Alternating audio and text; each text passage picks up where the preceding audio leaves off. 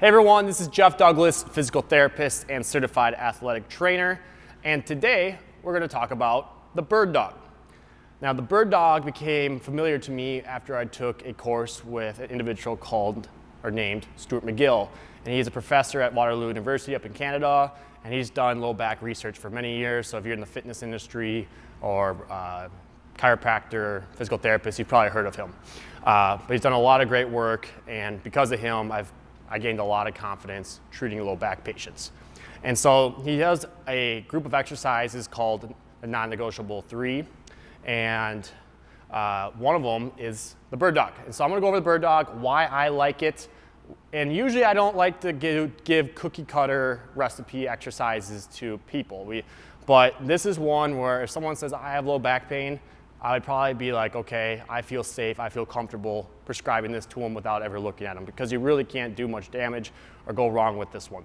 So I'm gonna talk about it from a performance standpoint and a pain standpoint when we get into this, all right? And an assessment standpoint. So first, we're gonna dive into the assessment part of it. And so the position you get into is you come on down and you go hands and knees here. So your hands are gonna be under your shoulder and your hips are gonna be over your knees. So you're gonna be in all fours. You should be able to change the position of your back and your pelvis with an anterior and a posterior pelvic tilt right there. And where we wanna get to is we wanna be in a neutral spine. So the natural curvature of the spine is where we wanna be in this exercise. So there's the two extremes. There's being flexed, there's being extended. Right in the middle is usually neutral, okay? And so when I have a patient who's in back pain, with this one, what I'm going to look at when I set them up is shoulder strength, shoulder stability. I'm going to look at the ability for them just right away, just get in that position. Can they change the position of their hip without changing the position of their upper back when they're doing it? And then once we perform the exercise, can they keep their back locked in, their low back, and move at the hips and shoulders without causing any movement throughout their spine? So that's important, especially for someone that's in a lot of pain or their back is sensitive. Now, as people are less sensitive in sports, you could probably, there's a little more wiggle room with that, all right? But here we go. So we're gonna come on down. Hands again are under the shoulders, hips are right over your knees, getting that neutral back. So the first thing I wanna see, can they push through their shoulders here and not move their elbow, because this is gonna get some serratus anterior muscle right in the shoulder. We wanna work on the stability of that, okay? So we're right there. And what the exercise looks like is you're gonna kick one hand forward and one hand back. And I wanna make a big strong fist with the hand that I'm moving. And when I kick back, I want my foot not to be pointed. I wanna lead with the heel, because that's gonna create a little more neural drive through the glutes and hamstrings doing that. So think about, I'm reaching forward and I'm reaching back. So I'm trying to punch straight forward with my fist. I'm trying to kick straight back with my heel. Lead with the heel, not the toes. And then you'll see a lot of times that you're gonna droop down with the shoulder. And this is where it shows if you have good shoulder strength, shoulder stability. I want you up, strong with that shoulder, all right? And then you can come on in and you can either tap your elbow and knee, or you just stop right in this area, kick it back out, all right? What you'll see now, and what we're looking for from an assessment standpoint, again, this is shoulder strength, but what are the hips doing, and are they moving at the back? So someone who can't decipher between their back and their hips, when they go back, you might see it round, or you may see it arch extra, okay? And another mistake I see many people do, or I don't want people doing with this one, is I don't want you punching up or kicking up. Straight back, straight forward, it should be all at the hips. So a good rep will look like this.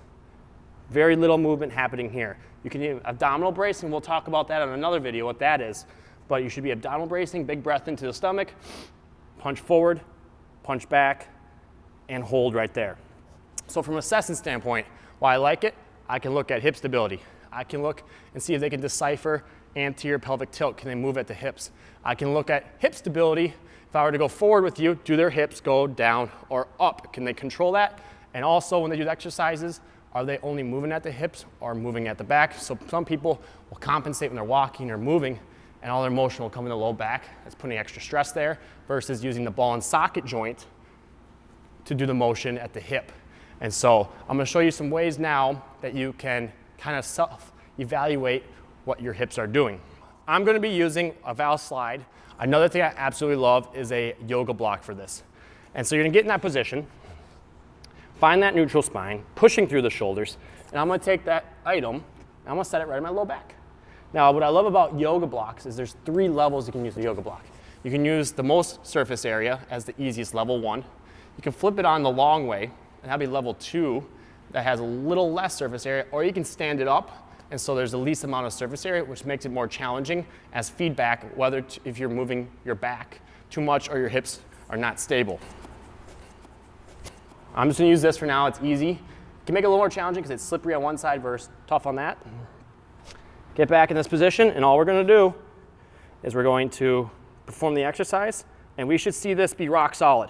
If I was doing it wrong and going up and down, you're gonna see it move if I'm moving at my back versus my hips, or if I have some rotation, either way, it's gonna slide off. And that gives you feedback knowing that you aren't keeping your back level, or if you're moving in the back region right there. So that's one, from a pain standpoint, as a physical therapist, an exercise that I absolutely love. Now, how do I do sets and reps? It varies. You know, it's all about understanding how much time the person has, what's their skill level, what's their experience. Now, if I wanted to take a step back and make this easier, because I'm going to have some people that can't even do that, and that's okay. We all start somewhere. Come here, and what you can do is you can just do one at a time, okay? So you can just sit here, kick one leg out. The same rules apply. I'm not going up, and I'm still not trying to move at my back when I do it, okay? Can I do that? Beautiful. If you can do that, I can punch one hand forward. I can also shorten the distance. So maybe right now I'm not ready to go to full, shoulder flexion, hip extension here. Maybe I just go out a little bit. Can I keep that? Bring it back in.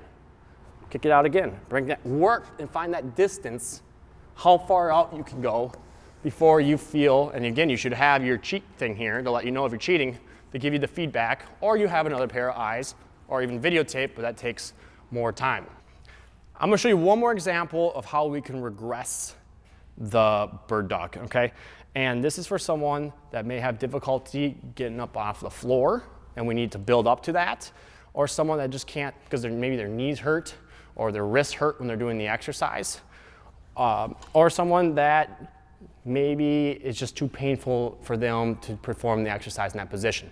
So all we're gonna do is we're gonna take a chair, turn it around, and you're gonna work on a slight hinge. You can use the balance, but it's still the same principle that we're going opposite arm, opposite leg, and we're just gonna go back with both the arm and the leg. But again, we have to keep the ab and the rib cage locked in, and we're just going back and there. I do not wanna see that extension happening in the low back. It's all in the hip. The farther back you go does not make it better. What makes it better is if you are squeezing the glute and only the hip extension is happening. Now, if it's still this, it's either you can't dissociate your hip movement from your low back movement, or you're lacking some hip mobility, and so to make up for it, you're trying to extend. So again, hip hinge right here, same principles as we go in the flexion, little extension, and you can hold it there as well. And that's a very modified version of the bird dog right there. Now I'm gonna get into the performance side of how you could use a bird dog to your advantage and another way to challenge yourself. So I'm gonna show you from a front and back view, okay? But what it's gonna look like, same principles, but you're gonna kick out, and what you can do now is you can make a square, draw a square. So you're gonna go out, down, in, and back up, okay? It makes it more challenging, and it also makes you, again, focusing, moving at the hip only, and moving at the shoulder, not arching my back to go up or to the side, okay? So here, and the arm and the leg match each other. So they're up, they both go out, they both go down, bring them back in, back up. And what you can do now from a performance standpoint, especially people that need to be explosive, golfers, really quick, fast twitch exercises, is you can add what's called a neurological pulse, and Stuart McGill gets into this on a performance standpoint. But what you'll do is you come on in, and all you would do is out, down, in, and you just add a little pulse where you breathe, you go, tss. And pretty much what we're doing is we're bracing the core to transmit force into the distal aspect of our limbs. So saying they always use is proximal stability to create distal mobility or athleticism. So that's one way I would use a bird dog, ones that get someone out of pain who wants to increase their golf performance or some kind of sports performance, is by adding a neurological pulse. Now I'm gonna show you how can we make this exercise tougher. So there's a few things from just building strength and endurance. Let's hold it out there longer. So when I kick out, I can hold that position. Maybe it's 4 seconds, 5 seconds, 6 seconds. Usually I go no more than 8 seconds per side. Bring it in, and I go the other side. So you gotta remember, this is a bilateral exercise, so you have to do the even amount on both sides with this. And you may notice a difference. So when you kick out, you might see with maybe your right leg and left arm, your hips move, but when you switch it, it's nice and steady. So we might find some imbalances. Again, things that I'm evaluating when I'm working with clients who are in pain. Why is that? A lot of times when someone's in pain, muscles shut off, or they just have a weak link that we need to build up, so then that can help strengthen them up and hopefully take away their pain. Okay, so I'm gonna show you another example of how we can progress this exercise. So you can do the same thing, but if you've ever seen the wrist weights or ankle weights, all you would do is strap it on the wrist or grab a really light 1, 2, 3 pound weight in your hand. Again, your ankle, you're probably gonna need a strap. You can't grab the weight like you can with your hands. The nice things about hands. But all you do, right, wrap it around the wrist, wrap it around the ankle, straight forward, straight back, would add a little more resistance working against gravity with it. Another one you can do, I'm gonna bring this in here, is we can take a band. And there's different ones. Some ones have like little loops that are a little easier. But what I like to do here is wrap it around the foot, grip it the opposite side, and you're gonna need a band that's not too strong because otherwise you're not gonna be like the full extension and flexion here. But you're gonna be here, neutral back, make a strong fist, kick straight out and forward. Bring it back in. Straight out and forward and hold it. So adding a little resistance with a band can also make this exercise a little tougher, add a little wrinkle to it. Thank you so much for watching my video today. If you found my information helpful, please subscribe. And also you can turn on your notifications so when more information comes out, you're right on it. Take care.